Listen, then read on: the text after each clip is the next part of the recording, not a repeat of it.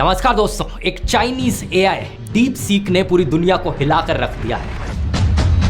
American tech companies और US stock market को ऐसा झटका लगा है जो उन्होंने अपने सपनों में भी नहीं सोचा हो। The release of DeepSeek AI from a Chinese company should be a wake-up call. बात है असल में 20 जनवरी 2025 की। एक चाइनीज रिसर्च लैब ने अपना एआई चैटबॉट लॉन्च किया। इसका नाम था DeepSeek R1 और इसके साथ ही इन्होंने अपना रिसर्च पेपर भी पब्लिश किया जिसमें इन्होंने बताया कि इनका ये चैटबॉट अभी तक के दुनिया के सबसे एडवांस चैटबॉट से मैथ्स और रीजनिंग जैसे कई बेंचमार्क्स में बेहतर है। यानी कि ओपन एआई का chat GPT O1 model, Meta का लामा, गूगल का जेमिनाई एडवांस्ड, सबको एक ही झटके में इसने पीछे छोड़ दिया। डीपसीक परफॉर्मेंस में इन सबसे बेहतर है, ज्यादा एफिशिएंट है और इसे बनाने में इन सबसे कम समय और कम पैसा लगा था। लेकिन सबसे कमाल की बात यह है कि इसे इस्तेमाल करना आपके लिए, हम सब के लिए कंप्लीटली फ्री ऑफ कॉस्ट है। वहीं दूसरी तरफ ओपन एआई अपने chat GPT O1 pro model को इस्तेमाल करने के लिए $200 पर मंथ चार्ज कर रहा है। इतना ही नहीं, इसको ट्रेन करने की कॉस्ट सिर्फ $5.6 मिलियन रिपोर्ट करी जा रही है। वहीं दूसरी अमेरिकन कंपनीज,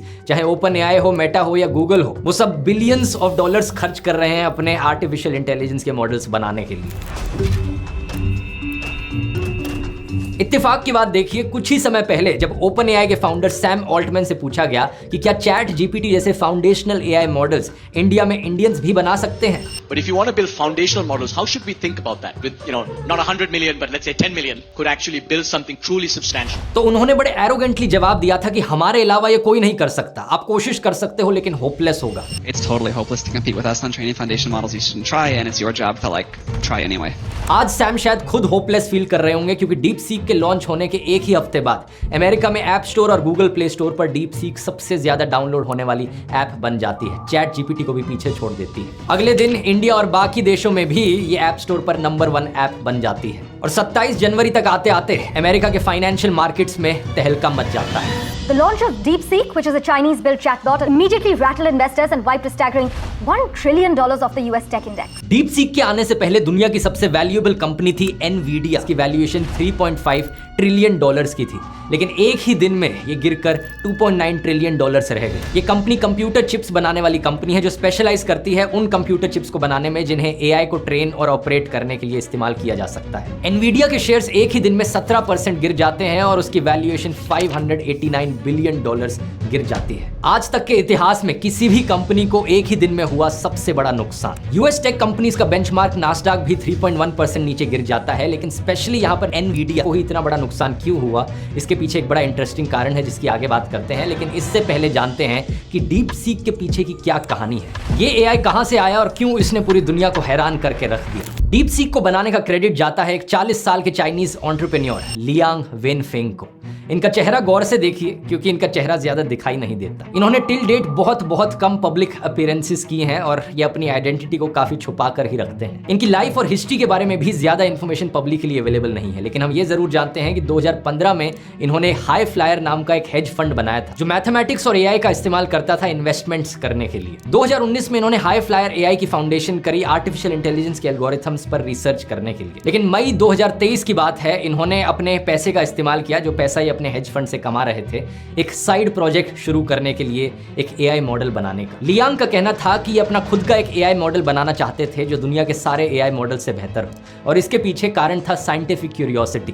प्रॉफिट कमाना, पैसा कमाना इनका कारण नहीं था। इस एआई मॉडल को बनाने के लिए इन्होंने जब अपनी रिसर्च टीम इकट्ठी करनी शुरू करी तो उसमें इंजीनियर्स को हायर नहीं किया। इंजीनियर्स की बजाय इन्होंने चाइना की टॉप यूनिवर्सिटीज के पीएचडी स्टूडेंट्स को हायर किया। अपने एआई मॉडल की ट्रेनिंग कराने के लिए दुनिया के सबसे मुश्किल सवालों का इस्तेमाल किया गया और सिर्फ 2 सालों के अंदर कुछ चंद मिलियन डॉलर्स खर्च करके इन्होंने लॉन्च किया DeepSeek R1 model. It's super impressive. I think we should take the development out of China very seriously. DeepSeek just taught us that the answer is less than people thought. You don't need as much cash as we once thought. इसको बनाने में सिर्फ 200 लोग involve थे और 95% लोगों की उम्र 30 साल से कम की थी। इसे कंपेयर करो ओपन एआई जैसी कंपनी से जिसने 3500 से ज्यादा एम्प्लॉयज हायर कर रखे हैं। आज के दिन DeepSeek चाइना की इकलौती एआई फर्म है जिसमें बायडू, अलीबाबा और बाइट डांस जैसे टेक जाइंट्स का पैसा नहीं लगा है। अब इसके आर्किटेक्चर को भी समझना यहाँ पर काफी इंटरेस्टिंग है। डीप सीक जो है ये एक चेन ऑफ थॉट मॉडल है, ठीक ओपन एआई के चैट जीपीटी ओवन मॉडल की तरह, वो भी एक चेन ऑफ थॉट मॉडल है। यहाँ पर ये जो नेमिंग है ये काफी कंफ्यूजिंग हो सकती है, क्योंकि चैट जीपीटी ने बड़े ही अजीबोगरीब नाम रखे हैं अपने मॉडल्स के, एक दूसरे से काफी मिलते जुलते हैं। तो थोड़ा अंडरस्टैंडिंग के लिए बता दूं, चैट जीपीटी में सबसे पहले पब्लिक के लिए लॉन्च किया गया था GPT-3। ये नवंबर 2022 में हुआ था और फिर मार्च 2023 में इन्होंने GPT-4 लॉन्च किया, जो कि काफी बेहतर था GPT-3 के मुकाबले। फिर मई 2024 में आया GPT-4o, जो कि GPT-4 का एक मल्टी मॉडल वर्जन था। इसमें आप ना सिर्फ टेक्स्ट के थ्रू इससे बात कर सकते थे, बल्कि आप इससे बोलकर भी बात कर सकते थे, आप इसे फोटोज भी भेज सकते थे, ये फोटोज को समझ भी सकता था और फोटो जनरेट भी कर सकता था आपके लिए।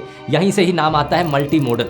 फिर 12 सितंबर 2024 को ओपनएआई लॉन्च करता है अपना O1 मॉडल। ये पहला मॉडल था जो चेन ऑफ थॉट पर आधारित था, यानी जब आप इससे सवाल पूछते थे तो ये सोचता था जवाब देते वक्त। और सोचने का मतलब यहाँ पर है, जब भी अपना कोई जवाब जनरेट करता था तो उसे आपको परोसने से पहले ये खुद से काउंटर क्वेश्चन करता था कि क्या यही जवाब मुझे यूजर को देना चाहिए या इससे बेहतर कोई जवाब हो सकता है। एक जवाब को कई एंगल से देखता था और फिर आपको जवाब देता था। इसी चीज को चेन ऑफ थॉट कहा जाता है और इंसानों के रीजनिंग प्रोसेस को ये कॉपी करने की कोशिश है। एग्जांपल से समझाऊं, अगर आप चैट GPT-4o से पूछते हो 9.11 and 9.9 which one is bigger, वो सीधा बिना सोचे समझे जवाब दे देता है 9.11 इज बिगर देन 9.9, जो कि गलत जवाब है। लेकिन यही चीज जब चैट GPT-O1 से पूछते हो तो वो सोचता है, जब अपना जवाब आपको देने से पहले अपने आप को काउंटर क्वेश्चन करता है कि क्या ये सही जवाब है सही में। मेरे केस में 18 सेकंड तक ये सोचता रहा, लेकिन जवाब जो आया वो सही आया। 9.9 असल में बिगर है।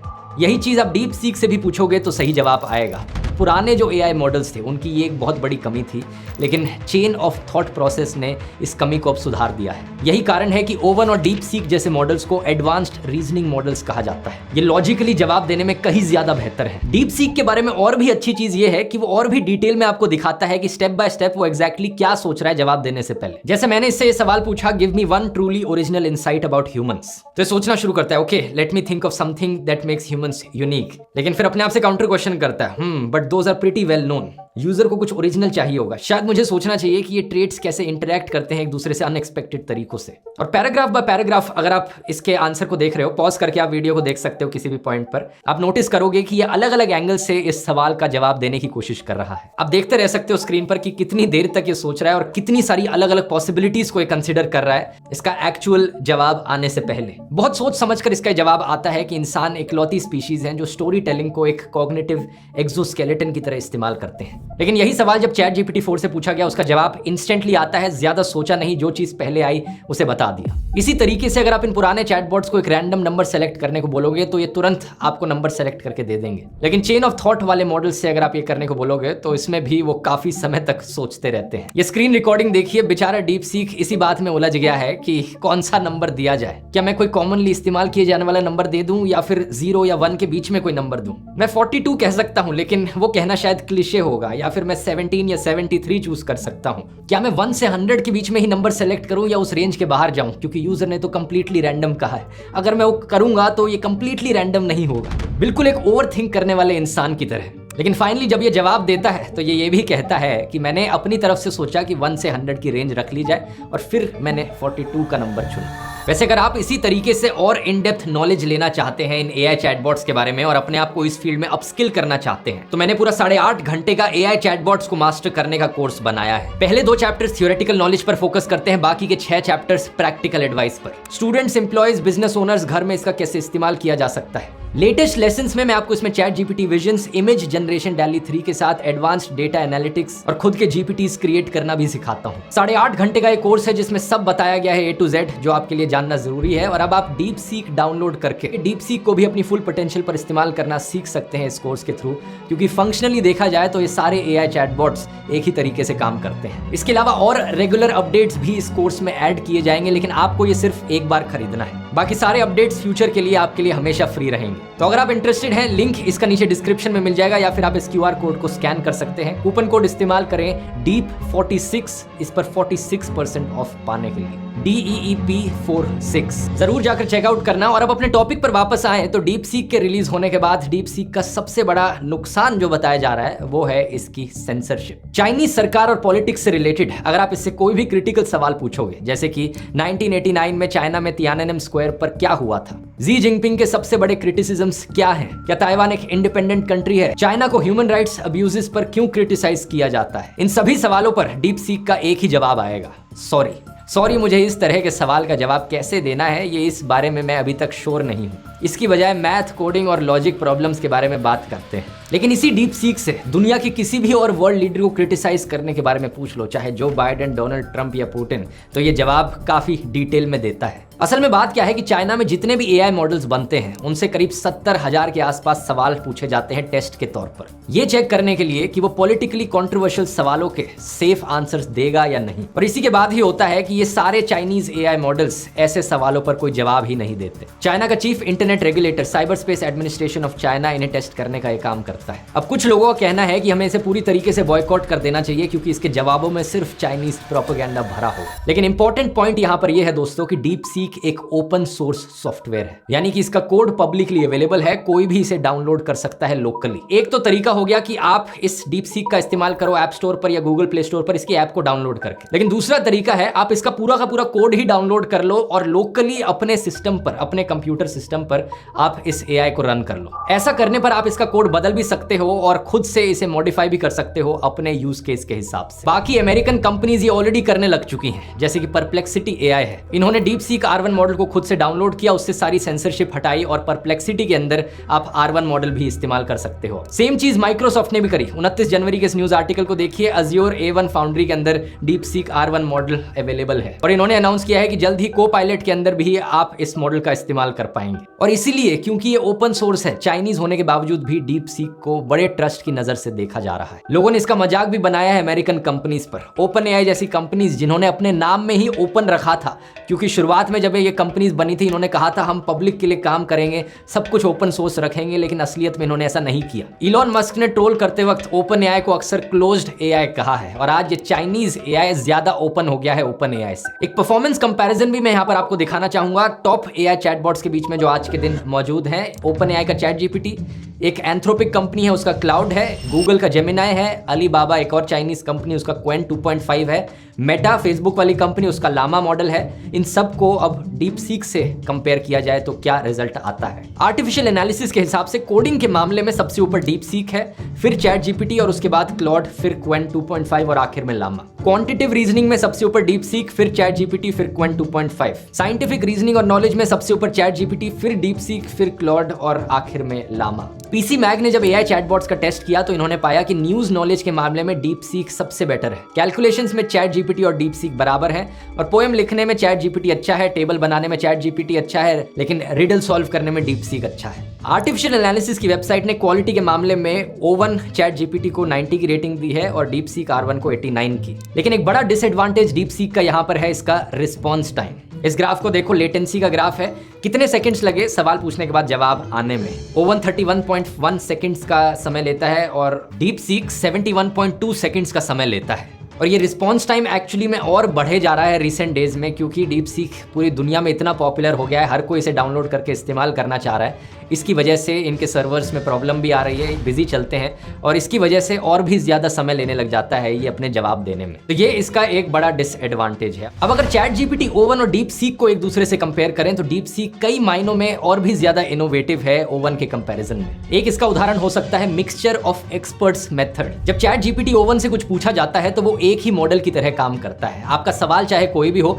चैट जीपीटी ही आपके लिए इंजीनियर है, डॉक्टर है, लॉयर है। लेकिन डीप सीक ने अपने आप को कई सारे स्पेशलाइज्ड मॉडल्स में डिवाइड कर रखा है। डीप सीक के अंदर इंजीनियर अलग है, डॉक्टर अलग है और लॉयर अलग है। आपके सवाल को देखकर सिर्फ इंजीनियर को बुलाया जाएगा या सिर्फ डॉक्टर को बुलाया जाएगा। इससे क्या हो रहा है, एक तो डेटा ट्रांसफर में जो टाइम लग रहा है वो कम लग रहा है और दूसरा जितने पैरामीटर्स एक्टिव रखने पड़ रहे हैं एआई को वो भी कम हो रहे हैं। ट्रेडिशनल मॉडल्स 1.8 ट्रिलियन पैरामीटर्स को हमेशा एक्टिव रखते हैं। डीप सीक के पास अपने 671 बिलियन पैरामीटर्स हैं, लेकिन एक समय पर सिर्फ 37 बिलियन पैरामीटर्स ही एक्टिव रहते हैं। बाकी पैरामीटर्स सिर्फ जरूरत पड़ने पर एक्टिव होते हैं। इससे इसकी एफिशिएंसी कहीं ज्यादा बढ़ रही है और कॉस्ट काफी ज्यादा कम आ रही है। अब ये पैरामीटर्स क्या होते हैं और कैसे काम करते हैं इसको समझाने के लिए एक वीडियो काफी नहीं है, ये एक लंबी कहानी है।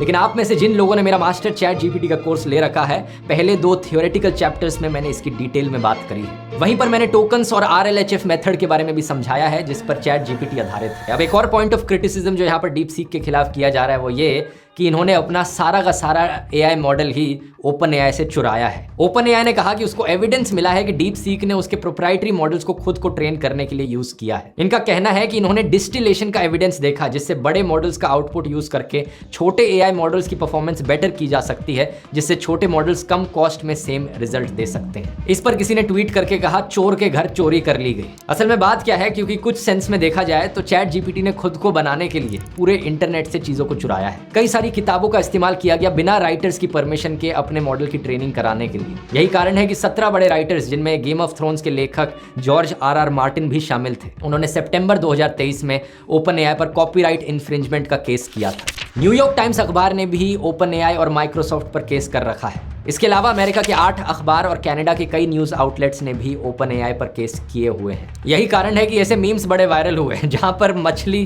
की फिशिंग करी जा रही है और OpenAI फिशिंग करके अपनी बाल्टी में सामान रखता है और डीप सीक पीछे से आके उसी बाल्टी से फिशिंग करने लग जाता है। एज यूजर्स ये हमारे लिए अच्छी चीज है, लेकिन कंट्री और कंपनी लेवल पर यहाँ पर अब AI वॉर्स छिड़ने लग रही हैं। 2022 में अमेरिकन सरकार ने एक्सपोर्ट कंट्रोल लगाया था ताकि AI के लिए जो कंप्यूटर चिप्स चाहिए उसका इस्तेमाल बाकी दूसरे देश ना कर पाए, स्पेशली चाइनीज AI कंपनीज ना कर पाए। इसमें NVIDIA की H100 चिप्स शामिल थी जिन्हें चाइनीज कंपनीज नहीं खरीद पाए। ये डीप सीक के लिए एक समस्या की बात थी, क्योंकि उन्हें NVIDIA की पुरानी कंप्यूटर चिप्स का इस्तेमाल करना पड़ा अपने AI मॉडल को ट्रेन करने के लिए। अमेरिका ने अपनी तरफ से पूरी कोशिश करी थी कि कोई भी और देश उनके जैसे ये फाउंडेशनल AI मॉडल्स बना ही ना पाए, क्योंकि उनके पास वो कंप्यूटर चिप्स ही नहीं होंगे जो AI मॉडल्स को ट्रेन करने के लिए चाहिए होंगे। लेकिन डीप सीक में काम करने वाले लोग इसीलिए मजबूर हुए इनोवेशन करने पर। उन्होंने एक ऐसा सॉफ्टवेयर बना दिया जो बहुत कम रिसोर्सेज लेता है, बहुत कम पैसे पर ज्यादा एफिशिएंट तरीके से काम करता है। यही कारण है दोस्तों कि NVIDIA कंपनी के स्टॉक सबसे ज्यादा नीचे गिरे थे, क्योंकि कुछ महीने पहले तक मेटा, OpenAI और गूगल जैसी कंपनीज यही कहे जा रही थी कि हमें AI को अगर और भी बड़े लेवल पर स्केल करना है तो उसके लिए हमें और चिप्स की जरूरत होगी, और एनर्जी और पैसे की जरूरत होगी। लेकिन डीप सीक ने ये सब करके दिखा दिया, कम पैसे, कम एनर्जी